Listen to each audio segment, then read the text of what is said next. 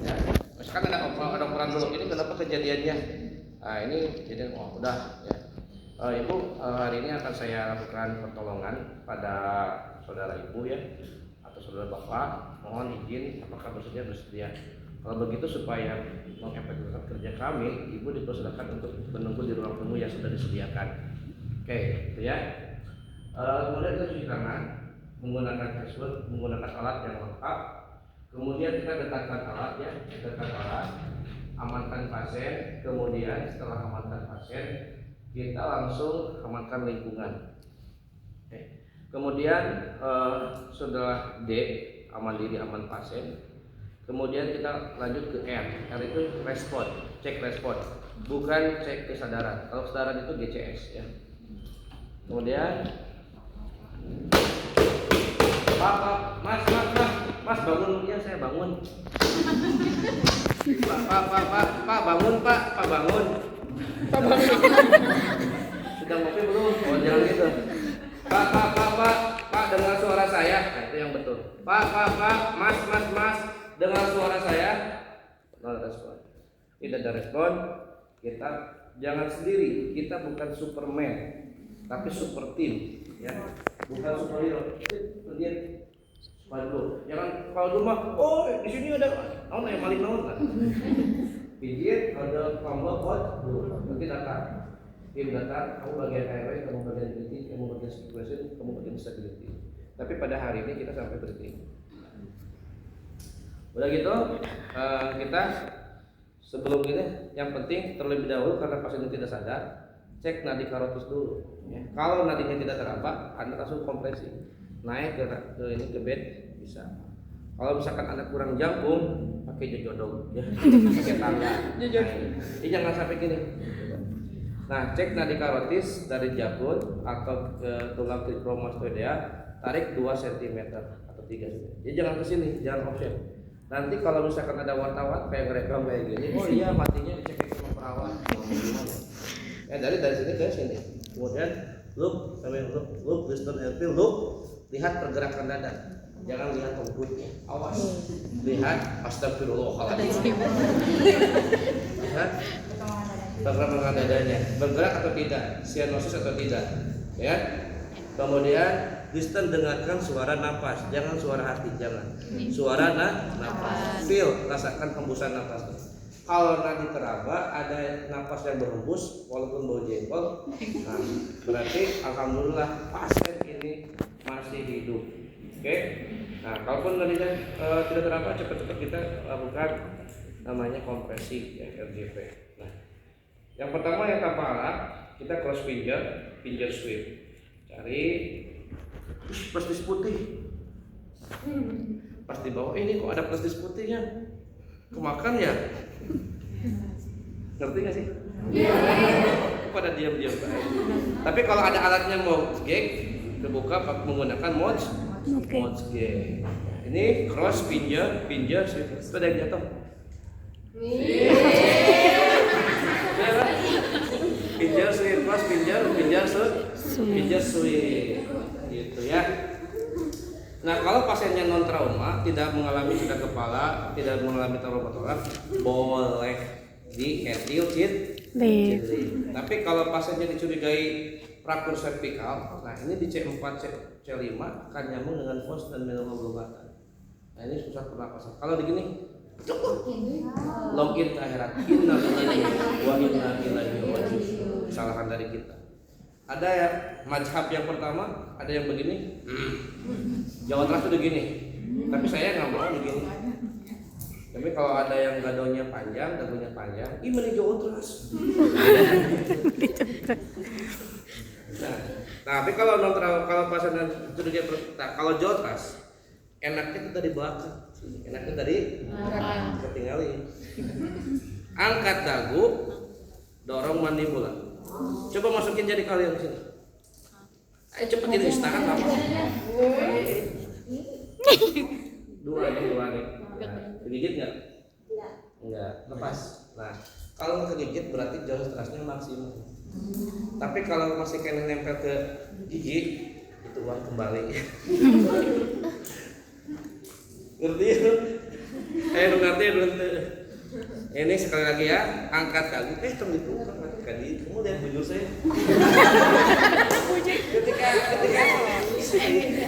Bapak lagi di video Bapak. ini Dorong mandibula. Nah, ini jangan kesebut. Ini ya, angkat ini dagu nih. Ini nih, angulus nih. Dagu, angkat dagu, dorong mandi bola. Kamu mah karena saya mandiri aja. Angkat dagu, dorong mandi Bola. khusus pada pasien dengan trauma tidak boleh dihejit-hejit, hanya jauh saja. Setelah itu kita pasang dulu pola next atau neck collar. Ya, ukur. 4 jari. 1, 2, 3, 4. Itu udah rusak. Nah, caranya ini masukkan, kalau berdua nanti ada yang menyambut dari sana. Karena sendiri, mandiri bener sekarang. Nah, ini ya, jangan dihapus ke KB. Sini, kemudian teknik sapuan dada set. Nah, pas, kemudian kita kencangkan sehingga leher terpilasi. Maka yang terupdate itu airway plus kontrol vertikal, kontrol vertikal. Airway pembebasan napas plus kontrol vertikal. Pak, kita gimana sih cari tahu pasien yang dicurigai tersebut apa? Trauma kepala, trauma kapitis, multiple trauma, ada fraktur di clavicula, itu kita wajib melakukan jauh rasanya dan pasang pola neck. Tadi terdengar suara snoring, lidah jatuh ke belakang, kita pasang yang namanya opa, tapi bukan opa. Ini pasiennya tidak sadar. Nah, karena saya ngajar, maka aku ngajarinnya diukur dari ujung bibir pasien ke ujung daun ke telinga. Kalau benerannya gini. Nah, ujung bibir sampai ke daun. Gini nih ukurnya. Kalau gini masih salah. Gini nih ukurnya. Tapi kalau masuknya kebalik, ya. Masukkan. Kalau misalkan susah ya pakai ini, pakai tong spatol. Tapi kalau masih bisa, nah biasanya masukkan setengahnya. Tapi kalau setengahnya sudah masuk, mentok di kepala tuh, jangan dirojok-rojok, kudu setengahnya enggak, ya. Jadi masukkan setengahnya, kemudian muternya jangan salah, muternya searah jarum jam. Kalau salah nanti bisa gini muternya. Jadi muternya jangan ke sini, nanti gini. Nanti maaf jadi gini gitu. Jadi sensor. Jadi muternya harus ada gini, dekat bunyi, terlalu gede. Balikan deh ya. Masukin. Kalau udah nempel ke kepala tuh, putar 180 derajat. Terus gini, kalau begini masih nolol. Nah, tapi lihat ya. Nah, ini ada bolong kan? Nah, itu fungsinya untuk masuk si selang saksen. Kalau udah ada bolong, jangan nyari gini. Ulah si gajah ya, kayak balong, ingin balong deh. Jadi kalau misalnya ada saksen ya, tempat jalan di saksen, tapi kalian ngambil saksennya di sini. Salah. Jadi oke di sini. Oke, snoring sudah clear kan? Lidah tertahan kan? Oleh orofaringoi. Nah, ada suara gargling. Nah, kita ganti satu tangan dari bersih ganti satu tangan steril. Kemudian hidupkan mesin saksen, sambungkan selang saksen dengan konektornya. Nah, biasanya kalau mau saksen itu ada temennya, artinya begini. Nah, pakai tangan bersih ya, jangan buka. Nanti yang si operator yang steril begini. Nah, ini buang ke tempat sampah. Nah, ini ada yang kalau terlalu panjang boleh gini, ya. Tapi ada jangan kejauhan, jangan di sini nih, gituan kan. Nah, maka masukkan, dimasukkan. Nah, kalau udah masuk ya, udah mentok. Kalau masuk ini jangan ditutup, tapi kalau udah mau ditarik, pasti nyedot. Masuk gede. Kalau asa-asa harus cepat. Kemudian dikeluarkannya agak digoyang. Bukan gergaji.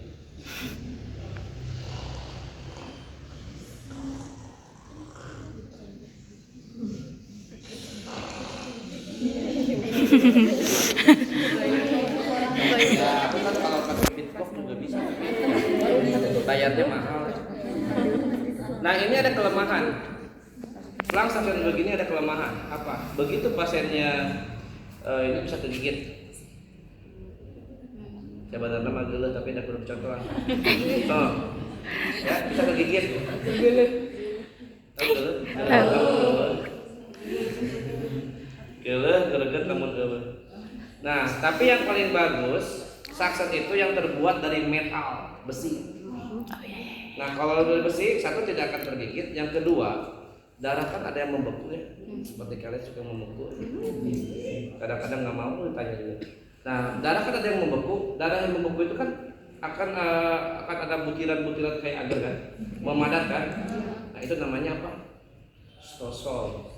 Nah, jadi kalau suction yang terbuat dari metal itu bisa mengangkat stosol atau bekuan-bekuan darah sehingga terangkat. Nah, bisa jalan napas parsial bisa menyebabkan jalan napas total apabila darah terlalu banyak kemudian membeku akhirnya menutupi jalan napas. Itu bisa dari parsial berubah menjadi total. Makanya kalau menggunakan, tapi jarang, tidak semua IGD punya. Coba aja cek Anda, IGD punya enggak? Punya enggak suction yang terbuat dari metal? Kalau ada lengkap TOP SKLDL. Kalau sekali gitu loh. Ya, kalau ada gitu. Ya. Ini tidak boleh lebih daripada 15 detik kalau dewasa. Oke. Nah, airway suara gerding udah nggak terdengar, berarti ini airway clear. Nah, sekarang kali ke sini. Sebelum pengkajian, karena pasien sudah nafas, sesak nafas 35 kali per menit dan lama, berikan non-repeating mask. Non-repeating mask. Repeating.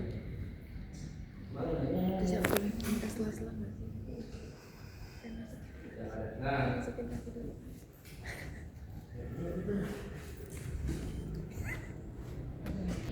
biasanya kalau mahasiswa yang fresh graduate, perawat yang fresh graduate, jadi kira dipasangkan nanti langsung. Ini sesuatu yang salah. Ini on kalau gini. Kenapa on? Ya. Harusnya itu deh, ini saya kata-kata papannya nanti takut viral. Terus saya dikena undang-undang. Nah, jadi kalau begini tuh nggak boleh langsung dipasang. Tapi ketika ini kita kan ini sambungkan ke oksigen kan? Iya. Ke oksigen sambungkan. Alirin udara dulu, alirin oksigen dulu dari tabung maju ke sini kan? Kan ini dipasangkan ke tabung ya. Alirin sampai ini terisi penuh oksigen. Dikembungkan dulu. Satu untuk ngetes apakah bonyol atau tidak, efektif atau tidak. Jangan tiba-tiba dipasang, itu salah. Kebiasaan buruk, kebiasaan jelek, rata-rata seperti itu main pasang aja. Kemudian, nah yang benernya itu masukin dulu oksigen baru pasang.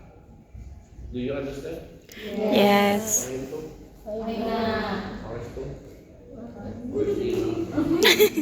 Nah seperti ini ya. Nah, dah dikasih berapa tadi? 10 sampai 12 detik per menit. Nah sekarang breathing, pernapasan. Ya. Breathing itu kita dikaji ya. Nah saya tidak menyarankan kalau perempuan ya masih mending kalau stetoskopnya harganya 5 miliar ya. Ini stetoskop yang harganya 15.000, kemudian ditempelkan ini kerudung timnya. Anak hebat banget, berapa sih stetoskop secanggih itu gitu. Nah jadi kalau yang benar itu bukan begini katanya.